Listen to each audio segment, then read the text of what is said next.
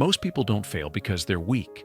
They fail because they carry the wrong things into a new year and call it hope.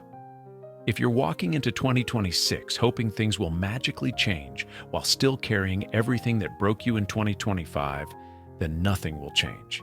Different year, same weight, same exhaustion, and most people won't realize this until they feel it again months later. Honestly, I didn't have an easy 2025 either. This year came with challenges, losses, confusion, and moments where I doubted myself more than I'd like to admit. But looking back now, I see something else too.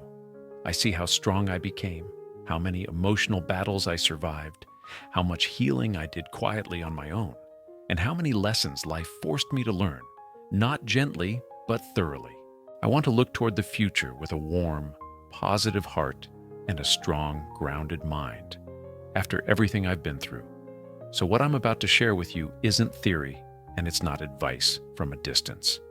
These are the exact things I am doing for myself so that my next year isn't just successful, but genuinely happier and more peaceful. And if you're listening to this, there's a good chance you'll recognize yourself in it too. When 2025 wasn't a building year for many of us, it was a clearing year. A year that stripped illusions, exposed what no longer worked, and quietly asked whether we were ready to let go. Before setting goals for 2026, there are 7 things that must be cleared first, not to become better, but to become lighter and therefore stronger. First, clearing your energy, because some days you don't do much at all yet. You feel drained, heavy, unmotivated, and that's not laziness. That's emotional residue built from unprocessed emotions, old disappointments you never fully faced, and effort that went unnoticed or unappreciated. Before 2025 ends, I'm giving myself permission to rest without guilt. Not to stop moving forward, but to stop punishing myself for surviving, and pause for a second to ask yourself, when was the last time you truly rested without feeling like you didn't deserve it? Second, clearing relationships, because not everyone who walked with you before deserves access to the version of you that healed. And some connections drain you, not because they're evil, but because they belong to a past version of you.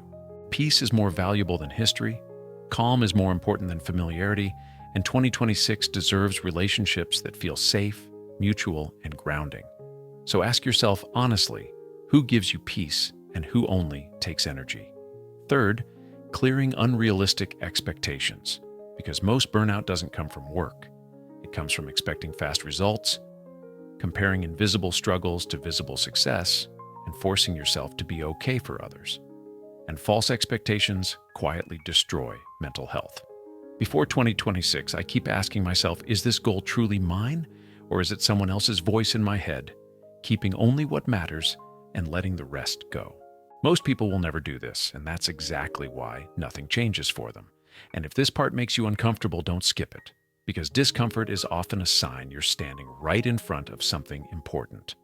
Fourth, clearing your thinking, because the most dangerous voice in your life is the one that sounds like your own, saying you're behind, you should be further by now, or you're not enough. But these thoughts were formed during pain, not truth. 2026 needs a mind that's kinder to itself, curious instead of critical, and brave enough to believe change is possible and be honest with yourself, because you already know which belief you've been avoiding, the one you keep carrying even though it no longer fits who you're becoming. Fifth, clearing your space, because clutter isn't just physical, it's psychological, and a crowded environment creates mental fatigue, emotional overwhelm, and poor decision-making. I'm not chasing perfection, just breathing room, clearing my desk, letting go of unused things, and creating space where my mind can settle. And if you're telling yourself this doesn't matter, that's usually the sign it matters more than you think. Sixth, clearing your priorities, because if everything is important, then nothing truly is. Time doesn't return and energy doesn't multiply. So I'm choosing to invest both intentionally in growth, in peace, and in what aligns with who I'm becoming, realizing that some things don't need more effort, they need less access to me, and everything else can wait or leave. Seventh, clearing your direction, because the real danger isn't failure, it's moving forward without awareness. And I don't need a perfect plan.